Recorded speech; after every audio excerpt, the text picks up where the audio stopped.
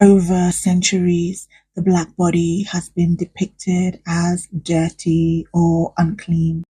During colonialism, European powers often portrayed African bodies and societies as fundamentally unclean, associating us with disease and filth. This wasn't just a matter of public health, but also a moral and racial judgment. Colonizers used the discourse of hygiene and disease to further entrench racial hierarchies, positioning themselves as civilized and us as savages.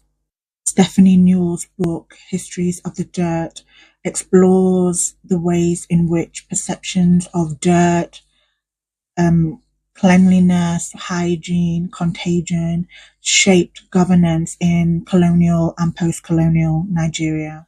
Seeing the people of Lagos as sources of contagion and dirt, colonial powers used racist ideologies to justify racial segregation and public health policies. Newell illustrates how the idea of dirt became an interpretive lens through which officials constructed moral, sanitary, economic, and aesthetic judgments about local populations. The supposed dirtiness of Nigerians allowed the British to rationalize controlling and segregating urban spaces. They framed the city's African inhabitants as inherently polluted and dangerous.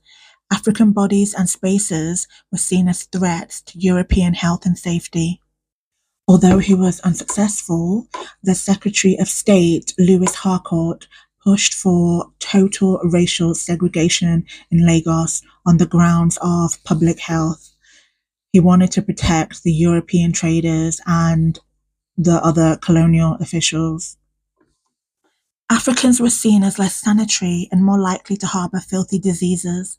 The concept of dirt was not simply about physical filth, but a way to impose a set of moral judgments about who was worthy of urban space, who belonged in the city, and who was perceived as unclean or unfit. The continued framing of African countries as diseased or unclean is deeply rooted in the colonial legacy that viewed our bodies as sources of contagion, danger, and moral decay. These historical ideas about our bodies continue to impact the global perception of African peoples and our cultures. Concepts of cleanliness and health have always been intertwined with perceptions of beauty. Beauty standards were not just about physical appearance, but also about moral and hygienic superiority. Western ideals of beauty came to symbolize not just attractiveness, but also purity and virtue. Those who do not fit the ideal are deficient in some way, morally, hygienically, and even spiritually.